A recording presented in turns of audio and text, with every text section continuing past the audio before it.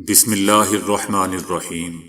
السلام علیکم دوستو، دنیا بھر کی خبروں میں آج آپ سنیں گے، لیکن اس سے پہلے اگر ہو سکے تو لائک اور سبسکرائب کا بٹن ضرور دبا لیں۔ شکریہ۔ مغرب اور امریکی روسی اثاثے منجمد کر کے ان پر قبضہ کرنے کی کوشش کر رہے ہیں۔ روس پاکستان نے بھارت کو خبردار کرتے ہوئے کہا ہے کہ بابری مسجد کو اس کی اصل جگہ پر دوبارہ تعمیر کیا جائے۔ صدر پیوٹن گاڑی چلا کر اس پل پر پہنچ گئے جہاں دھماکے ہوئے تھے۔ شمالی کوریا نے توپ خانے سے ایک ساتھ تقریباً 130 گولے داغ دیے۔ جنوبی کوریا امریکہ میں سب سے زیادہ خاتون قیدی۔ کراچی میں کمیٹی ڈالنے والے شہریوں سے 15 کروڑ روپے کا فراڈ۔ یوکرین جنگ کے نتیجے میں یورپ تباہ ہو جائے گا، فرانسیسی صدر۔ سالانہ $1.25 تنخواہ لینے والے بیکار کمپنی مینیجر کی حیران کن کہانی۔ 8 ارب آبادی کے لیے مسئلہ انسانوں کی تعداد کا نہیں ہے بلکہ تقسیم اور مساوات کا ہے۔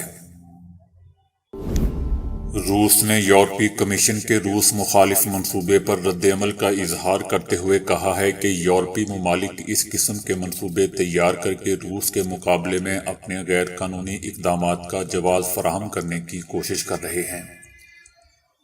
یورپی ممالک نے روس مخالف اتنے زیادہ منصوبے تیار کیے ہیں کہ ان پر عمل کرنا خود ان ممالک کے لیے مشکل ہو گیا ہے۔ یورپی ممالک خود قانون بنا کر اسے اقوام متحدہ کے اختیارات میں شامل کرنے کی کوشش کرتے ہیں۔ یورپی ممالک کا یہ اقدام اپنے خود ساختہ قوانین پر مبنی نئے بین الاقوامی نظام کا ایک نمونہ ہے۔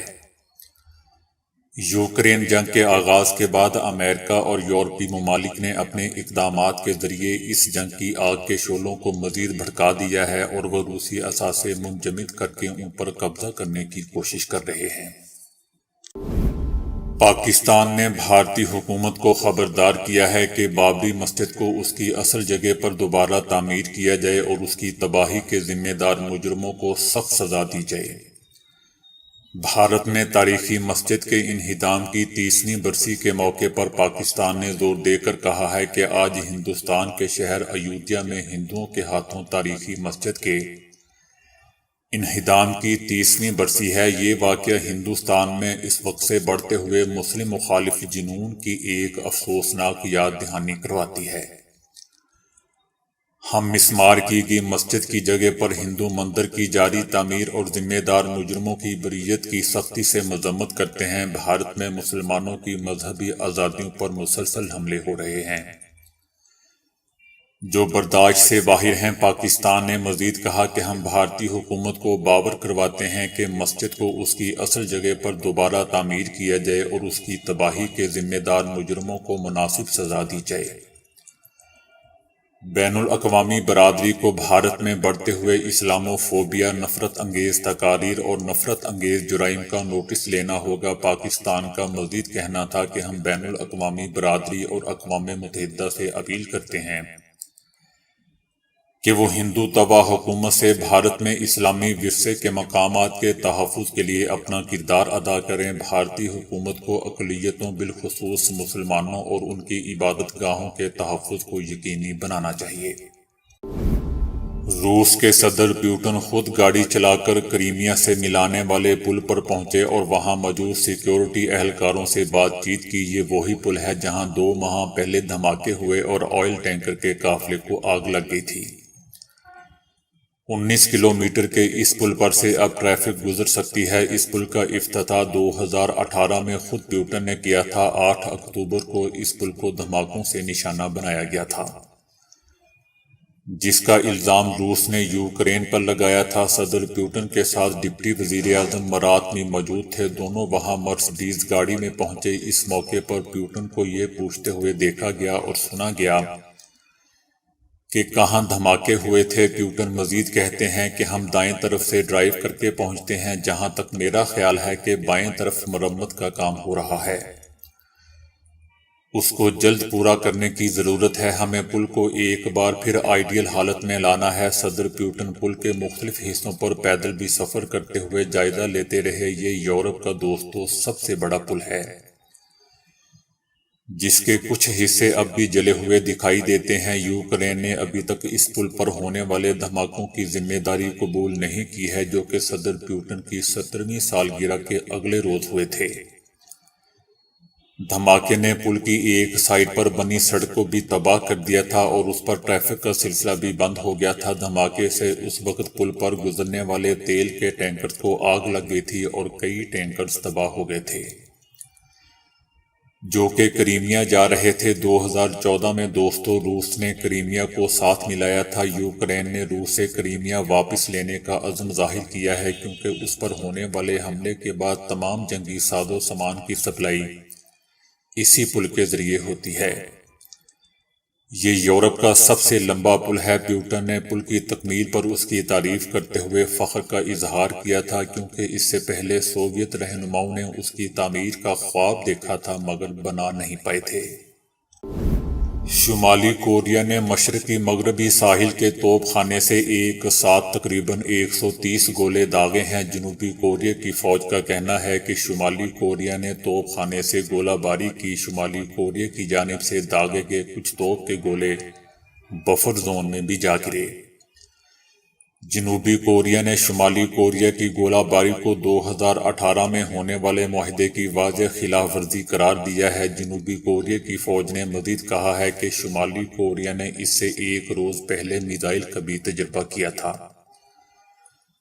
یاد رہے دوستو کہ شمالی کوریا نے رواں برس ریکارڈ تعداد میں میزائلوں کا تجربہ کیا ہے، جس میں بین البراعظمی میزائل بھی شامل ہیں، جس کے باعث جنوبی کوریا، امریکہ اور جاپان اپنے میزائل شکن دفاعی نظام کو بڑھانے کے لیے کوشش کر رہے ہیں۔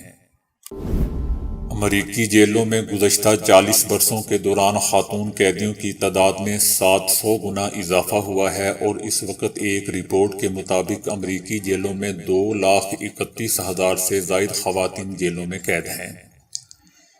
یہ تعداد دنیا میں خاتون قیدیوں کی ایک ملک کے اندر سب سے بڑی تعداد ہے۔ امریکی جیلوں میں قید خواتین میں سے بہتوں کو جیل انتظامیہ کے غیر انسانی رویے، جنسی استحصال کا بھی سامنا ہے۔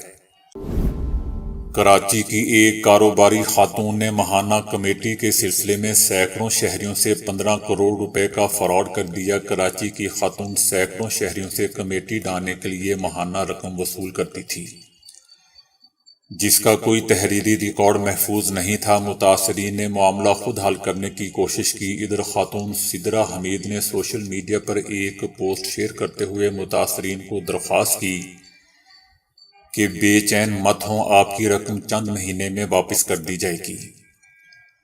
زیادہ تر لوگ سدرا حمید کو گزشتہ 7 سے 10 سالوں سے جانتے ہیں۔ روایتی طور پر ہر مہینے کمیٹی کے ایک رکن کو کل رقم ادا کی جاتی ہے، لیکن لوگوں کو پتہ چلا کہ ہر مہینے اس کے خاندان کے کسی فرد کو کل رقم ادا کی جاتی تھی، جبکہ تمام اراکین ماہانہ کمیٹی میں کئی مہینے سے رقم دیتے آ رہے تھے، اور پتہ چلا کہ یہ ساری رقم دراصل خود سدرا حمید کو جا رہی تھی۔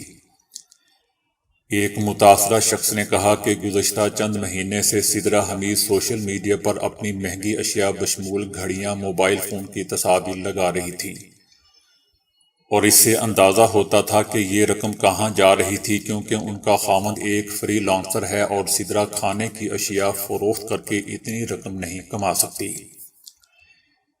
ایک اور شہری نے بتایا کہ ان کے 9,70,000 روپے چلے گئے۔ متاثرہ شہری نے بتایا کہ انہوں نے 8 لاکھ کی ایک کاروباری کمیٹی بھی رکھی تھی، لیکن رقم واپس نہیں ہوئی۔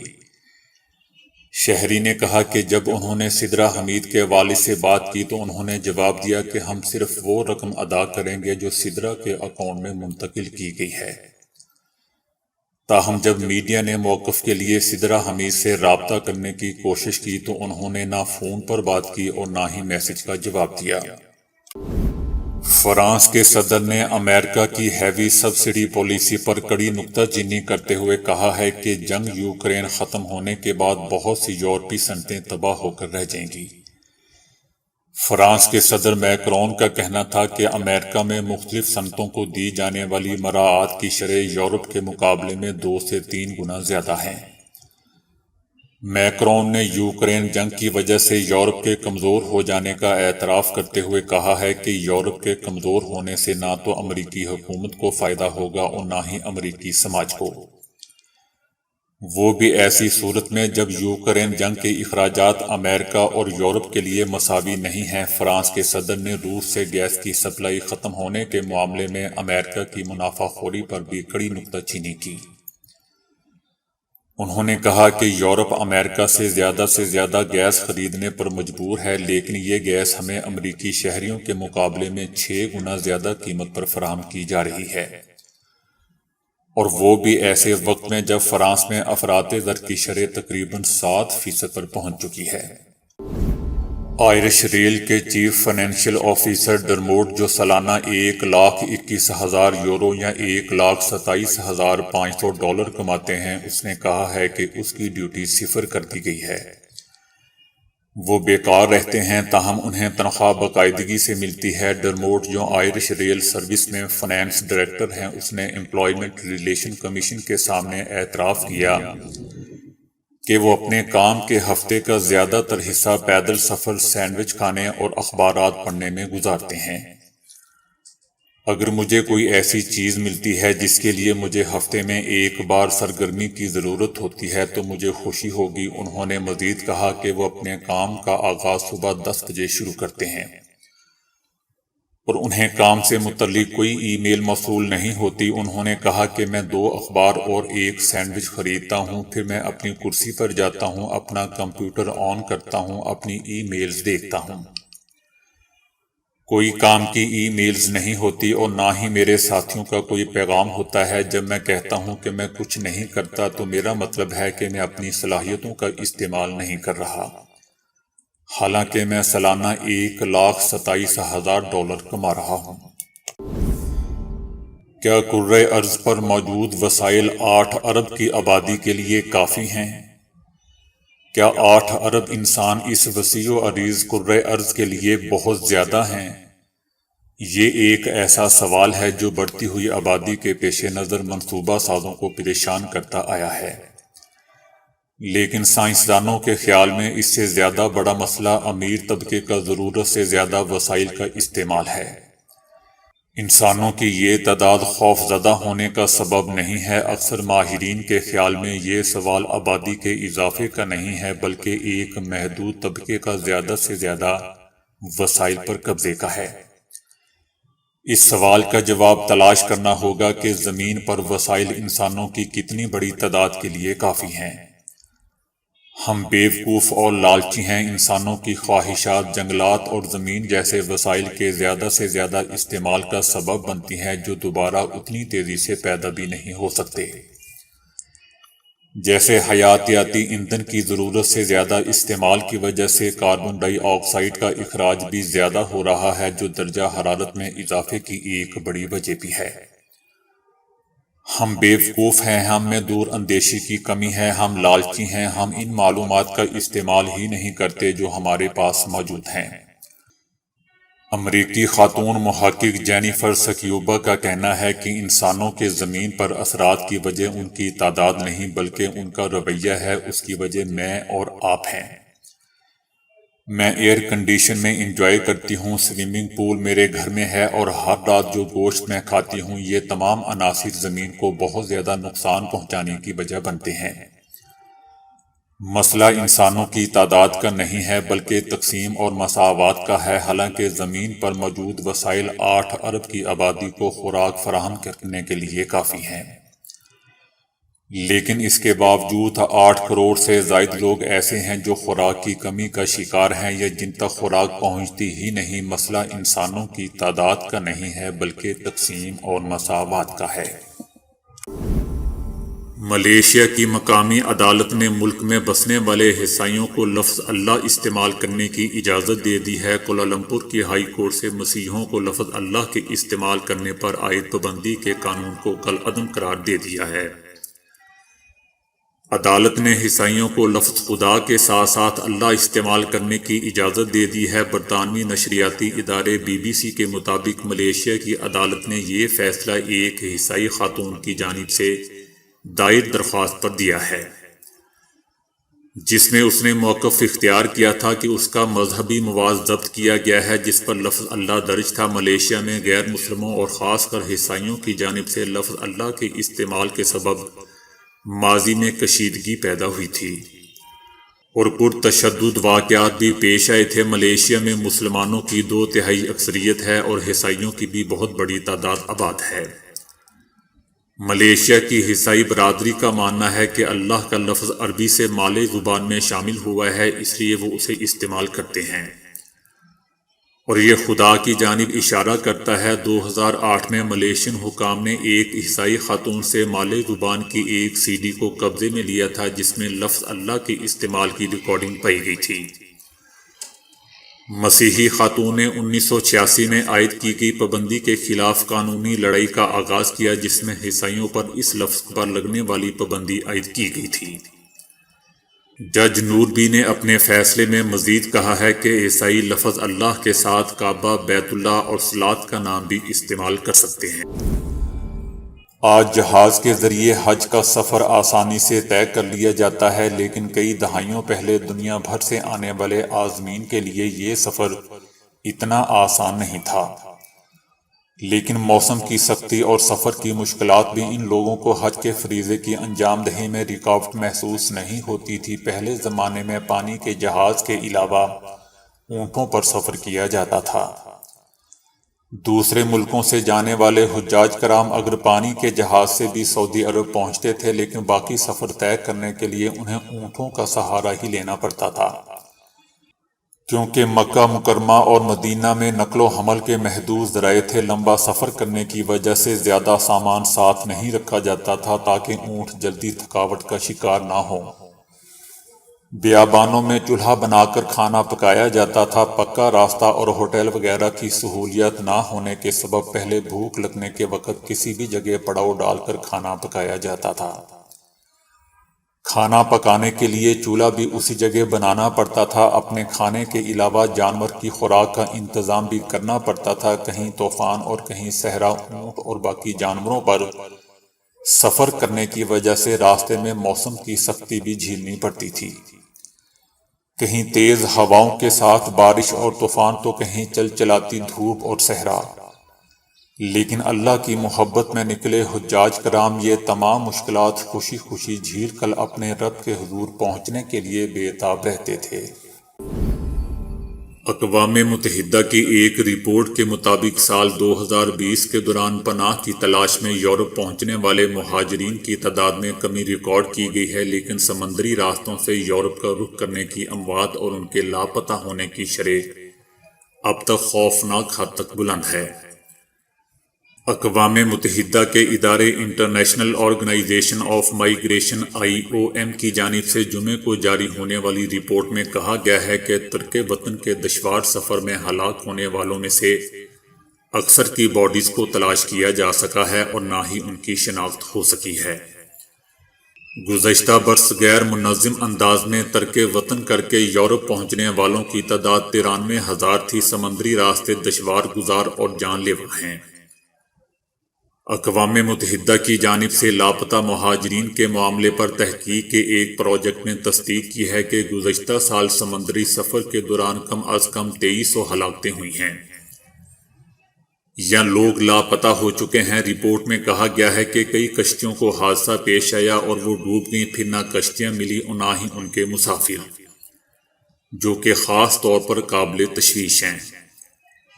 سن 2020 کے دوران کم از کم 19 کشتیوں کو حادثات پیش آئے ہیں جن کا پتہ بعد میں چلا۔ رپورٹ میں کہا گیا ہے کہ ایسے حادثات کی تصدیق مشکل ہوتی ہے کیونکہ ان کا علم ہی نہیں ہوتا۔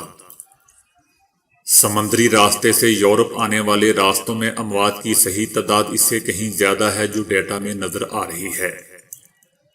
حال ہی میں شمار میں نہ آنے والی اموات کا علم اس وقت ہوا جب خبر رساں ادارے کے نمائندوں نے سمندری سفر میں بچ جانے والے 2 افراد کا انٹرویو کیا۔ ان کے مطابق ان کی کشتی پر سوار 20 سے زیادہ افراد 2 ہفتے کے دشوار گزار سفر میں اپنی جان سے ہاتھ دھو بیٹھے تھے۔ سردیوں کی آمد ہے جس میں نزلہ زکام سمیت کئی مسائل سر اٹھاتے ہیں، تاہم بزرگوں نے کہا ہے کہ ہر موسم کا پھل اور سبزی کھانے سے اسی موسم کے منفی اثرات سے بچنے میں مدد ملتی ہے۔ سردیوں میں ہاتھ پیر سن ہونا عام سی بات ہے جس کے بہت سے منفی اثرات بھی ہوتے ہیں۔ اس ضمن میں نارنجی کا رس ایک بہترین ٹونک ثابت ہو سکتا ہے، بالخصوص ایسے بزرگ جو ہاتھ پیر سن ہونے کی شکایت کرتے ہیں۔ اگر دن میں ایک مرتبہ 1 گلاس اورنج جوس پیا جائے تو اس سے خون کی باریک رگیں کھلنے لگتی ہیں اور خون کا بہاؤ بہت بہتر ہونے لگتا ہے۔ اس ضمن میں ہزاروں افراد پر ایک سروے کیا گیا تو اس کے حیرت انگیز نتائج برآمد ہوئے۔ اب جان لیجئے کہ دوران خون بڑھنے سے خود سردی کی شدت کم محسوس ہونے لگتی ہے۔ لیموں، کینو اور سنترے کا رس بھی یکساں فائدے دے سکتا ہے۔ یہ تمام لذیذ پھل وٹامن سے مالا مال ہیں جو بدن کے اندرونی دفاعی امنیاتی نظام کو مضبوط کرتے ہیں اور ہمیں سردی اور اسے وابستہ امراض سے بچاتے ہیں۔ دوسرا پھل سیب ہے جو فائبر اور کئی طرح کے اینٹی آکسیڈنٹ سے مالا مال ہے۔ سردیوں میں اس پھل کا استعمال قدرتی طور پر آپ کو مضبوط بنا کر سردی اور اس کی تکالیف سے بچاتا ہے۔ دوسری جانب ایسی کئی سبزیاں ہیں جن کا استعمال سردیوں میں انتہائی مفید ثابت ہو سکتا ہے۔ ان میں شاخ گوبھی، سبز چائے اور سرخ مرچیں بھی فائدے مند ثابت ہو سکتی ہیں۔ ان کا استعمال سردی کے حملوں اور اس سے وابستہ امراض سے بچاتا ہے، لیکن اس تناظر میں لہسن کی اہمیت کو نظر انداز نہیں کیا جا سکتا۔ لہسن بھی عین وہی کردار ادا کرتا ہے جو نارنجی اور دیگر رسدار پھل کرتے ہیں۔ یہ دوران خون کو تیز کرتے ہیں اور سردی سے بچاتے ہیں۔ اس لیے سردیوں میں لہسن کا استعمال بڑھا دینا ہی اصل فائدہ ہے۔ دوسری جانب سرخ شملہ مرچ بھی سردی سے بچانے میں اہم کردار ادا کرتی ہے، کیونکہ یہ بھی وٹامن سے بھرپور اور مالا مال ہوتی ہے۔ اس لیے سردیوں میں سرخ شملہ بہت مفید ثابت ہو سکتی ہے۔ ادرک میں کئی اجزاء ایسے ہوتے ہیں جو گلے کی خراش دور کرتے ہیں۔ اس کے علاوہ ادرک اندرونی سوزش کو بھی کم کرتی ہے۔ سردیوں میں ادرک کی چائے بہت مفید ثابت ہو سکتی ہے۔ کولیسٹرول میں کمی کے علاوہ یہ جوڑوں کا درد بھی دور کر دیتی ہے۔ تو دوستو ابھی کے لیے اتنا ہی۔ ویڈیو کو لائک اور شیئر کرنے کا بہت بہت شکریہ۔